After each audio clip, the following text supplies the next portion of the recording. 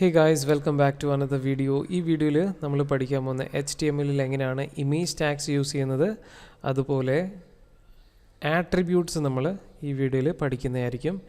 അപ്പം അതിനുവേണ്ടി നമുക്ക് ആദ്യമേ ഒരു ഇമേജ് ഡൗൺലോഡ് ചെയ്യാം. ഇമേജ് ഡൗൺലോഡ് ചെയ്യാൻ വേണ്ടി നമുക്കൊരു വെബ്സൈറ്റിൽ വരാം.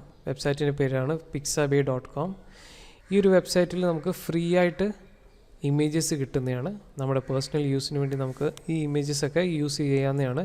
അപ്പോൾ നമുക്കിവിടെ വന്നിട്ടൊരു ഇമേജ് ഡൗൺലോഡ് ചെയ്യാം. അപ്പോൾ ഞാനിപ്പോൾ ഈ ഒരു ഇമേജാണ് ഡൗൺലോഡ് ചെയ്യാൻ പോകുന്നത്. ഇവിടെ നമുക്ക് ക്ലിക്ക് ചെയ്യാം. എന്നിട്ട് നമുക്കിവിടെ ഫ്രീ ഡൗൺലോഡ് എന്ന് കാണാൻ കഴിയും. ഇവിടെ ക്ലിക്ക് ചെയ്യാം, ഒരു റെസൊല്യൂഷൻ സെലക്ട് ചെയ്യാം. അപ്പോൾ ഞാനിപ്പോൾ യൂസ് ചെയ്യാൻ പോകുന്നത് 1280 റെസൊല്യൂഷനാണ്. എന്നിട്ട് നമുക്കിവിടെ ഡൗൺലോഡ് ക്ലിക്ക് ചെയ്യാം. അപ്പോൾ ഇതുപോലെ ഒരു റീക്യാപ്ച വരും. ഇവിടെ നമുക്ക് ക്ലിക്ക് ചെയ്യാം, ഡൗൺലോഡ് ക്ലിക്ക് ചെയ്യാം.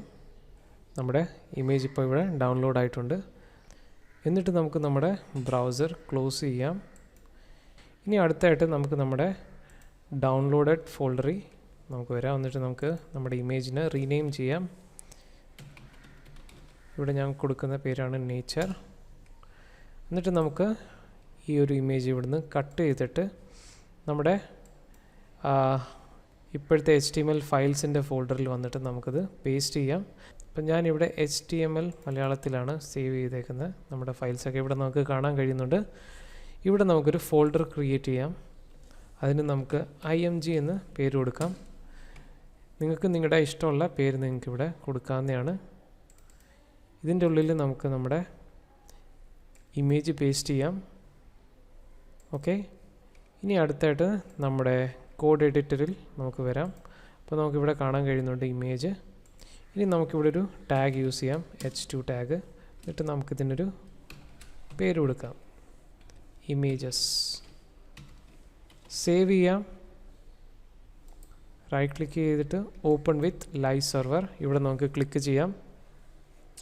ഇവിടെ നമുക്ക് കാണാൻ കഴിയുന്നുണ്ട് നമ്മുടെ ഇമേജസ് എന്ന ടാഗ്, നമ്മുടെ H2 ടാഗ്. അതിൽ ഇമേജസ് എന്ന് നമ്മൾ ടെക്സ്റ്റ് എഴുതിയായിരുന്നു. ഇനി നമുക്ക് എൻ്റർ അടിക്കാം. ഇനിയാണ് നമുക്ക് ഇമേജ് ടാഗ് യൂസ് ചെയ്യേണ്ടത്. അതിനുവേണ്ടി നമുക്ക് IMG ഇടാം. എന്നിട്ട് നമുക്ക് ഇവിടെ രണ്ട് സംഭവങ്ങൾ കാണാൻ കഴിയുന്നുണ്ട്, SRC അതുപോലെ ALT. ഇത് രണ്ടും ആട്രിബ്യൂട്ട്സ് ആണ്. അപ്പോൾ ആട്രിബ്യൂട്ട്സ് എന്ന് വെച്ച് കഴിഞ്ഞാൽ നമ്മുടെ ടാഗ്സിനുള്ളിൽ കൊടുക്കുന്ന അഡീഷണൽ ഇൻഫോർമേഷൻ ആണ്. ഓക്കെ, അപ്പോൾ ആട്രിബ്യൂട്ട്സ് നിങ്ങൾക്ക് ഏത് ടാഗ്സിൽ വേണമെങ്കിലും കൊടുക്കാവുന്നതാണ്. അപ്പോൾ ഇമേജ് ടാഗ് നമ്മൾ ഇങ്ങനെയാണ് യൂസ് ചെയ്യുന്നത്. ഇമേജ് ടാഗിൽ ക്ലോസിങ് ടാഗ് ഇല്ല. അപ്പോൾ നമ്മൾ നേരത്തെ ബ്രേക്ക് ടാഗും HR ടാഗും ഒക്കെ ഉപയോഗിച്ചു. അതുപോലെ തന്നെ ഇമേജ് ടാഗിൽ നമുക്കിവിടെ ക്ലോസിങ് ടാഗ് ഇല്ല. ഓക്കെ, ഇനി SRC എന്ന് വെച്ച് കഴിഞ്ഞാൽ സോഴ്സ് ആണ്. അതായത് നമ്മുടെ സോഴ്സ് ഫയൽ എവിടെയാണോ നമ്മുടെ സോഴ്സ് ഫയൽ ഇരിക്കുന്ന ആ ഒരു ഫയലിൻ്റെ പാത്ത് കൊടുക്കുക ഇവിടെ. ഓക്കെ, ആ ഒരു ഫയലിൻ്റെ ലൊക്കേഷനാണ് ഇവിടെ നമ്മൾ കൊടുക്കേണ്ടത്.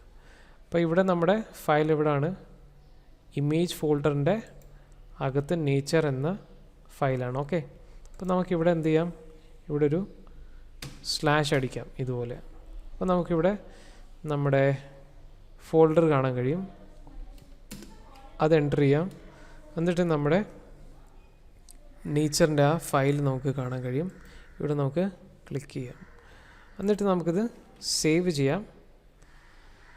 എന്നിട്ട് ഫോർ എക്സാമ്പിൾ ഇത് നമുക്കങ്ങ് ഇവിടെ ഒരു സ്ലാഷ് കാണാൻ കഴിയുന്നുണ്ട്. ഇത് നമുക്ക് ആദ്യമേ ഡിലീറ്റ് ചെയ്യാം. എന്നിട്ട് സേവ് ചെയ്തിട്ട് നമ്മുടെ ബ്രൗസറിൽ നമ്മൾ ഓപ്പൺ ചെയ്യുമ്പം ഇവിടെ നമുക്ക് നമ്മുടെ ഇമേജ് കാണാൻ കഴിയുന്നുണ്ട്.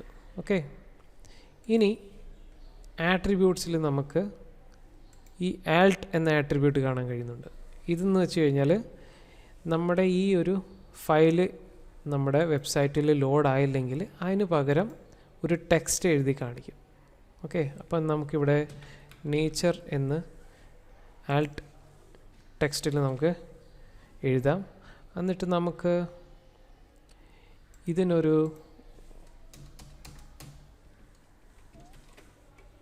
റീനെയിം കൊടുക്കാം. ഓക്കെ, ഇപ്പോൾ ഇവിടെ ഒരു ലൊക്കേഷൻ ഒരു ഡിഫറെൻ്റ് ആണ്. ഓക്കെ, ഇനി നമുക്ക് നമ്മുടെ ബ്രൗസർ ഓപ്പൺ ചെയ്ത് കഴിഞ്ഞാൽ നമുക്കിവിടെ കാണാൻ കഴിയുന്നുണ്ട് നേച്ചർ, കാരണം നമ്മുടെ ഇമേജ് ലോഡായിട്ടില്ല.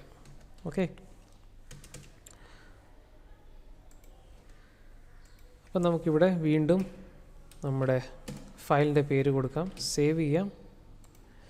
ഇമേജ് ലോഡായപ്പോൾ നമുക്കിവിടെ ആ ആൾട്ടർനേറ്റ് ടെക്സ്റ്റ് കാണാൻ കഴിയുന്നില്ല. അപ്പോൾ ഇതാണ് ആൾട്ടർനേറ്റ് ടെക്സ്റ്റ് നമ്മൾ യൂസ് ചെയ്യുന്നത്. ഇനി നമുക്ക് അടുത്ത ഒരു ആട്രിബ്യൂട്ട് യൂസ് ചെയ്യാം. അതിൻ്റെ പേരാണ് സ്റ്റൈല്. അപ്പോൾ ഇതിന് ഇൻലൈൻ സ്റ്റൈൽ എന്ന് പറയും. ഓക്കെ, അപ്പോൾ സ്റ്റൈൽ 3 തരം സ്റ്റൈലുണ്ട്. ഒന്ന് ഇൻലൈൻ സ്റ്റൈല്, രണ്ടാമത്തത് ഇൻറ്റേർണൽ സ്റ്റൈല്, മൂന്നാമത്തത് എക്സ്റ്റേർണൽ സ്റ്റൈല്. അപ്പോൾ നമുക്കിവിടെ ഇൻലൈൻ സ്റ്റൈലിൽ നമുക്ക് ഈ ഒരു ഇമേജിന് വിഡ്ത്ത് കൊടുക്കാം. വിഡ്ത്ത് കോളൻ പിന്നെ വിഡ്ത്തിൻ്റെ സൈസ് 360 പിക്സൽ നമുക്കിതിന് കൊടുക്കാം സൈസ്. സേവ് ചെയ്യാം. എന്നിട്ട് നമ്മുടെ ബ്രൗസർ ഓപ്പൺ ചെയ്യാം.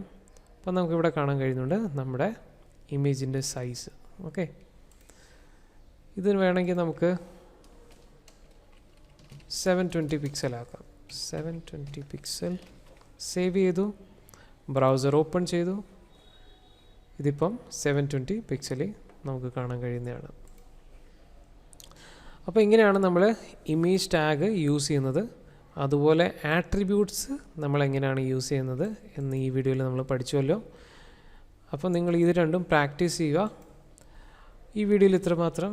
വീഡിയോ ഇഷ്ടപ്പെട്ടെങ്കിൽ ലൈക്ക് ചെയ്യുക, ഷെയർ ചെയ്യുക, കമൻറ്റ് ചെയ്യുക.